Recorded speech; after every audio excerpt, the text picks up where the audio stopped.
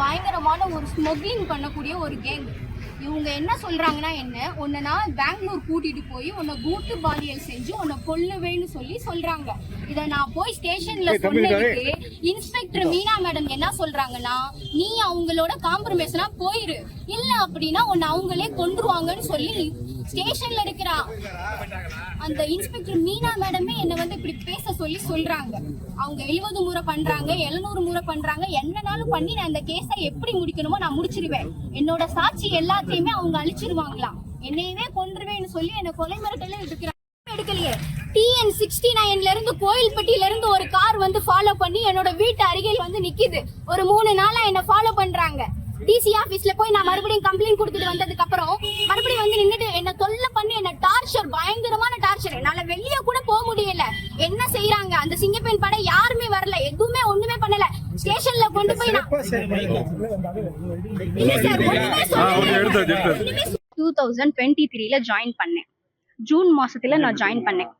June அந்த 15ல நான் அங்க வேலை பாக்குறேன். அந்த இடத்துல அந்த வேலை பார்த்துட்டு இருக்கும் போது அப்போ திடீர்னு என்கிட்ட ஒரு நாள் என்ன சொல்றாங்கன்னா, அந்த முதலாளி, அந்த ஓனர் லிங்கதுரை என்னோட பணத்தை எடுத்துட்டு கணக்கு முடிக்கிற பணத்தை நான் மணி சார் கிட்ட தான் கணக்கு ஒப்படைப்பேன்னு நான் சொல்றேன். அவங்க என்ன சொல்றாங்கன்னா, நீ அந்த பணத்தை அங்க ஒப்படைக்க வேணாம், நீ இங்க வந்துரு, இங்க அபார்ட்மெண்ட்ல நான் ஃபேமிலியா தான் நாங்க இருக்கோம், ஒன்றும் பிரச்சனை இல்லை, நீ நேரா நீங்க வரலாம் அப்படின்னு சொல்றாங்க. அப்ப நான் சொன்னேன், நான் அப்படிலாம் வர முடியாது சார், என்னை விட்டுருங்க, எனக்கு வீட்டுக்கு டைம் ஆயிடுச்சு, மணி 6:30 ஆச்சு, என்னோட டியூட்டி டைம் 7 மணிக்கு வரைக்கும் தான், நான் 7 மணிக்கு வீட்டுக்கு நான் போயிடணும், என்னை விட்டுருங்கன்னு நான் சொல்றேன். இல்லம்மா நீ இங்க வா, நாங்க குடும்பமா தான் வாழ்றோம்னு சொல்லி அவரோட அபார்ட்மெண்ட் சோமசுந்தரம் SS காலனில இருக்கிற சோமசுந்தரம் அபார்ட்மெண்ட் 23 நம்பருக்கு என்னை கூப்பிட்டாங்க. என்னை கூப்பிட்டு இந்த மாதிரி ஒரு விஷயத்த நீ பண்ணிருக்க, நீ பேசியிருக்க அப்படின்னு என்கிட்ட சொன்னாங்க. என்ன சார் விஷயம் நான் பண்ணிருக்கேன்னு நான் கேட்டேன். அப்போ என்னோட ஃபர்தாவை கலட்ட சொல்லி ஒரு நாள் எடுத்து வச்சிருந்தாரு ஒரு வீடியோவை. அதை என்கிட்ட அந்த வீட்டுக்கு போனப்ப காமிச்சாரு. நீ இந்த மாதிரி என் கூட நீ இல்ல அப்படின்னா நான் இதை வீடியோவா போட்டுருவேன், வெளியே போட்டுருவேன் அப்படின்னு சொன்னேன். நான் சொன்னேன், சார் இப்படி எல்லாம் பண்ணாதீங்க, தயவு செஞ்சு என்னை விட்டுருங்க, இன்னைக்கு நான் இல்லைன்னா உங்களுக்கு நாளைக்கு ஒருத்தவங்க. என் வாழ்க்கை அப்படி கிடையாது, என் வாழ்க்கையை நீங்க மேற்கொண்டு சீரழிக்க பாக்குறீங்க, ஏன் அப்படி செய்யறீங்க அப்படின்னு நான் சொல்ல. அவர் என்ன சொல்றாரு, இல்ல நான் எனக்கு உன்னை பிடிச்சிருக்கு, எனக்கு உன்னை விருப்பமா தான் எனக்கு அடையணும்னு எண்ணம், ஆனா நீ விட மாட்டற அப்படின்னு அவங்க தம்பியும் இவரும் என்னை சேர்ந்து அடிச்சு துன்புறுத்தி எனக்கு மயக்க மருந்து கொடுத்து என்னை அடைஞ்சிட்டாங்க. அந்த போட்டோ அந்த வீடியோ எல்லாத்தையும் எடுத்து வச்சிருக்காங்க. இப்போ நான் ஸ்டேஷன்ல போய் இதை கம்ப்ளைண்டா நான் கொடுத்துருக்கேன். கம்ப்ளைண்டா கொடுத்ததுக்கு அப்புறம் அவங்க என்ன செஞ்சிருக்காங்க, அவன் ஸ்டேஷனுக்கு வரவே என்ன போட்டோ வீடியோ எல்லாத்தையும் எடுத்துட்டு வருவானான்னு கேக்குறாங்க இன்ஸ்பெக்டர் மீனா மேடம். அவங்க தெற்கு காவல் நிலையத்துல இருக்காங்க. பெண்கள் மகளிர் காவல் நிலையத்துல உள்ள ஒரு அதிகாரி ஒரு மகளிருக்கு அகேன்ஸ்டாவே பேசுறாங்க. என்ன சொல்றாங்கன்னா, அவன்கிட்ட பணத்தை வாங்கிட்டு நீ போன்னு சொல்றாங்க. பணத்தை வாங்கிட்டு நான் ஏன் போகணும், நான் தப்பு பண்ணலையே, தப்பு பண்ணவனுக்கு அப்ப தண்டனை கிடைக்காது அந்த நாட்டுல. தப்பு பண்ணவெல்லாம் மேற்கொண்டு இன்னும் எத்தனை பொண்ணு பேரை இது வரைக்குமே லிங்கதுரை எத்தனையோட பொண்ணை லைஃப் ஸ்பாயில் பண்ணிருப்பாங்கன்னு தெரியல. எனக்கு மெசேஜ் பண்ணிருக்காங்க ஐ கில் யூன்னு. அதுக்கு இன்ஸ்பெக்டர் சொல்றாங்க, அந்த மேடம் சொல்றாங்க, மீனா மேடம் சொல்றாங்க, ஐ கில் யூ இல்லமா ஐ கிஸ் யூன்னு அனுப்புறதுக்கு பதிலா ஐ கில் யூன்னு அனுப்பிச்சிருக்காங்கன்னு சொல்றாங்க. இது எந்த விதத்துல நான் எடுத்துக்குவேன், இது எந்த விதத்துல நீங்க யாருனாலுமே ஒரு உலகத்துல ஒண்ணும் இல்ல. எனக்கு அவங்க என்னோட செக்ஸ் டார்ச்சர் கொடுக்கும் போது எனக்கு 19 வயசு தான் ஆகுது. அப்ப நான் ஒரு சின்ன பிள்ளை. அப்ப அந்த இடத்துல என்ன அவங்க அப்படி பண்ணி என்ன அவ்வளவு தூரம் என்ன அரஸ்ட் பண்ணி வச்சு என் ஃபேமிலி எல்லாரையும் அவங்க தெரிஞ்சு வச்சுட்டு இன்னும் என் ஃபேமிலியில இருக்கிறவங்க எல்லார் நம்பரும் அவங்கள்ட்ட இருக்கு. ஒவ்வொருத்தவங்களும் அவங்கள கூட்டிட்டு போய் மிரட்டி பேசி வச்சிட்டு இருக்காங்க. இதுக்கப்புறமா தான் நான் என்ன பண்ணேன்னா, இந்த 30ஆம் தேதி என்ன 4 நாள் அவங்க வீட்டுக்கு கூட்டிட்டு போய் வச்சாங்க. பெங்களூருக்கு என்ன கூட்டிட்டு போறதுதான் இப்ப பிளான். பெங்களூர்ல கூட்டிட்டு போய் அவங்க சித்தப்பா பையன் சுஜய், அவங்க சித்தப்பா ராமச்சந்திரன் அவர் பேரு, அவர் பயங்கரமான ஸ்மக்லிங், அதாவது 1-2 கிடையாது, பயங்கரமான ஒரு கஞ்சா கோஷ்டினா அது அவங்கதான். நான் அது எல்லாத்தையுமே நான் அவங்கள்ட்ட சொல்றேன். ஒரு நபர் இன்னைக்கு என்ன பண்றாங்கன்னு அவங்க போன் மூலமா எல்லாமே அரெஸ்ட்மெண்ட் பண்ணி கண்டுபிடிச்சிடலாம். இன்னைக்கு வரைக்கும் எனக்கு பாதிப்பு ஏற்படுத்தாங்க. அங்க என்ன வேலைக்கு ரிசப்ஷனிஸ்டா சேர்ந்தீங்கன்னா அவங்கள பத்தி இவ்வளவு டீடைல்ஸ் உங்களுக்கு எப்படி தெரியும்? எப்படி தெரியும்னா அவர் தான் என்கிட்ட சொல்றாங்க. என்ன மிரட்டுறாங்க. நீங்க எம்ப்ளாயி தானே, எதுக்கு உங்கள்ட்ட சொல்றாங்க? எம்ப்ளாயா நான் இப்ப இல்ல சார், நான் இப்ப அவங்கள விட்டு நின்னுட்டேன். எம்ப்ளாயா இருக்கும்போது எதுக்கு இந்த விஷயங்களை உங்கள்ட்ட என்கிட்ட எம்ப்ளாயா இருக்கும்போது இத சொல்லல. இப்போ சமீபத்துல இந்த 30ஆம் தேதி நடந்துச்சுல, அவர் வீட்ல 4 நாள் கொண்டு போய் என்ன அரெஸ்ட் பண்ணதுக்கு அப்புறம் ஏன் நீங்க அங்க போனீங்க? அப்போ எம்ப்ளாயி இல்லனா எதுக்கு அங்க போறீங்க? அவங்க கூப்பிட்டாங்க. அவர் என்ன கில் பண்ணிடுவேன்னு சொல்றாரு சார். என்ன கில் பண்ணிடுவேன்னு சொல்லி என்ன தொடர்ந்து பின்தொடர்ந்து வர்றாங்க. என்ன பின்தொடர்ந்து என்ன கார்ல இருந்தா வலுக்கட்டாயமா ஏத்திட்டு போறாங்க. அப்பதான் அன்னைக்கு தான் 100க்கு நான் போன் பண்றேன். 100க்கு வர்றாங்க, காசை வாங்கிட்டு போயிட்டாங்களே, நான் அந்த இடத்துல விட்டுட்டுல போயிருக்காங்க. ஏன் எந்த ஒரு ஆக்ஷன் எடுக்கல? சார்ந்து யாருமே இல்ல. யாருமே இல்ல. இப்போ நான் மட்டும்தான் இதுல எல்லா விஷயத்தையும் நான் தான் மட்டும் தான் போராடி. குடும்பத்துல இருக்கவங்க அவங்களாம் என்ன உங்க ஆனாங்க? உறவினர்கள் யாருமே அவங்களாம் ஒண்ணுமே என்ன இல்லை. இப்ப நீங்க சொல்றீங்க அவங்களாம் வந்து என்ன சொல்றாங்க? அவங்களாம் அவங்களுக்கு சப்போர்ட் பண்றாங்களா இல்ல உங்களுக்கு சப்போர்ட் பண்றாங்களா? இல்ல. ஏன் நீங்க வந்து தனியா போராடிட்டு இருக்கீங்க? என்ன காரணம்? என் ஃபேமிலியில வந்து நான் வந்து தனியா வச்சிருக்கிறதுக்கு ஒரே காரணம் என்னன்னா கொன்றுவாங்க. இவங்களுக்கு ஆள் பழக்கம் அதிகமானது. லிங்கதுரைன்றவங்க வந்து ஒரு இப்போ வரைக்கும் என்னையவே வந்து கொல்லணும்னு நினைச்சுதான் முயற்சி பண்ணிட்டு இருக்காங்க. இதை வந்து ஸ்டேஷன்ல இன்ஸ்பெக்டர் மீனா மேடமே சொல்லியிருக்காங்க. நீ காம்ப்ரமைஸனா போலன்னா உன்னையவே கொன்றுவாங்கன்னு சொல்லியிருக்காங்க.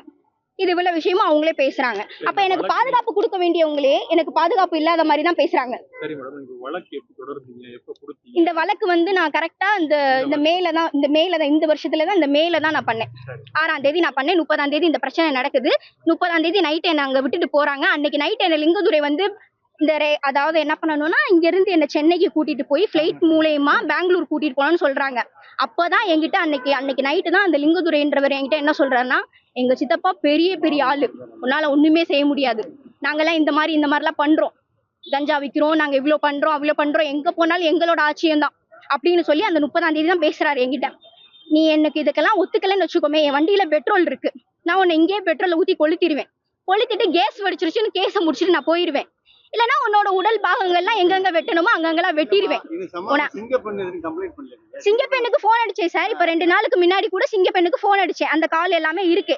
வெறும் வெயிட்டிங் கால்ல மட்டும்தான் போச்சு, வேற ஒண்ணுமே ஆகல. வெறும் வெயிட்டிங் கால் 100 காலுக்குமே அடிச்சேன், ஒண்ணுமே ஆகல. எந்த ஹெல்ப்புமே பண்ணல.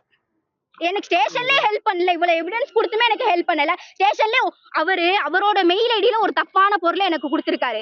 அந்த பொருளை நான் உங்கள்ட்ட காட்டுறேன். அவங்க என்ன சொல்றாங்க, இது அவங்க பண்ணலையாமேப்பா அப்படின்றாங்க. அப்புறம் எப்படி அந்த பர்சனோட மெயில் ஐடி வரதுக்கு காரணம் என்ன? இல்லம்மா, நீ வந்து ஒரு எம்ப்ளாயி, வேலையை விட்டு நின்னுட்ட, எதுக்கு உன்னை இவ்வளவு தூரம் அவங்க இது பண்றாங்க? அதுதான் சார் எனக்குமே தெரியல. நீங்களே சொல்றீங்க என்னை போட்டு ஒரு நிமிஷம் சார், ஒரு நிமிஷம். இப்போ வந்து என்ன வந்து செக்ஸ் பண்ணாங்க.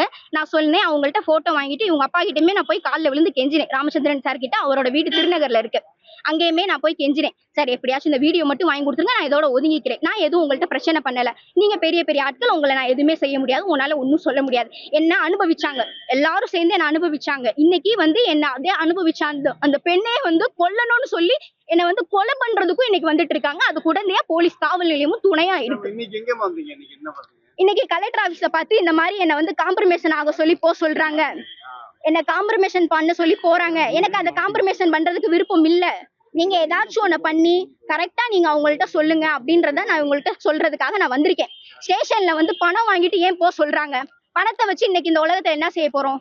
நாளைக்கு ஒரு பொண்ணு தைரியமா போய் நடமாடணும். பணம் வந்து எதையும் செய்ய போறது இல்ல. அதுதான் நான் சொல்றேன். ஒரு பொண்ணுக்கு நீதி வாங்கி கொடுங்க. முடியலையா அடுத்த ஆபீசரை போய் பாருங்கன்னு சொல்லிருந்தா அவங்க போய் பாத்துருவாங்க. அமைப்பு சார்ந்து இருக்காங்க நினைக்கிறீங்களா, இல்ல கட்சி சார்ந்து எதுவும் இருக்காங்கன்னு ஒரு டவுட் இருக்காங்க? கட்சி சார்ந்தோ அமைப்பு சார்ந்தோ அப்படின்றது எனக்கு தெரியாது. ஆனா அவங்க வந்து ஒரு RSS நிர்வாகின்ற மாதிரி ஏதோ ஒண்ணு இருக்குன்னு வச்சுக்கோங்களேன். அந்த மாதிரி தான் இருக்குன்றத என்னோட மனசு சொல்லுதுன்னு வச்சுக்கோங்க. ஏன்னா ஸ்டேஷன்ல அவங்க வரும்போது இல்ல சார், நான் இதை யார்கிட்டயும் நான் சொல்லல. இது வந்து எனக்கு சொல்றதுக்கு வந்து பயம் சார். என்னால இதை போய் நம்ம சொல்ல முடியல. எல்லா இடத்துலயுமே போகும். அப்ப உங்க ரிலேஷன்ஸ் சொல்லி என்னன்ற ஃபர்ஸ்ட் லெவல் பாத்துக்கலாம். நான் அது அன்னைக்கே சொல்லிட்டேன் சார். நாங்க சொல்லி அவங்கள்ட்ட நான் லிங்கதுரை அவங்கள்ட்ட வந்து நான் பேசிட்டேன். அவங்க என்ன சொன்னாங்கன்னா, அவங்க மனைவி கிட்ட கூட நான் பேசிட்டேன். உங்க ஹஸ்பண்ட் வந்து இந்த மாதிரி என்ன வந்து செக்ஷுவல் ஹராஸ்மெண்ட் பண்றாங்க, இங்க இருந்து மதுரையில இருந்து கூட்டிட்டு போயிருங்கன்னு சொல்லிட்டேன். அவங்க பேரு ஜெயா, அவங்க வந்து ஏஇயா இருக்காங்க, திருநெல்வேலியில இருக்காங்க. நான் அவங்கள்ட்டயுமே சொல்லிட்டேன், மேடம் இந்த மாதிரி கூட்டிட்டு போயிருங்க, தயவு செஞ்சு எனக்கு அவங்க ஃபேமிலி மூலியமா தான் சார் இதை போய் நான் சொல்ல முடியும். என் ஃபேமிலியில ஒரு பாதிக்கப்பட்ட பெண் போய் என்னைக்குமே அவங்க அப்பா அம்மாட்ட சொல்ல முடியாது. ஏன்னா அவங்க அப்பா அம்மா அதை தாங்கிக்கிற மனநிலையில இருக்க மாட்டாங்க. ஏன்னா அவ ஒரு பெண்ணு, நாளைக்கு ஒரு இடத்துக்கு போகணும், நாளைக்கு வாழணும். இன்னைக்கு வரைக்குமே என்னால முடியலன்ற ஒரு காரணத்துல இருந்து நான் போய் அங்க இந்த பிரச்சனை நடந்து 2 மாசம் ஆச்சு. 2 மாசமாயி அவன் ஸ்டேஷன்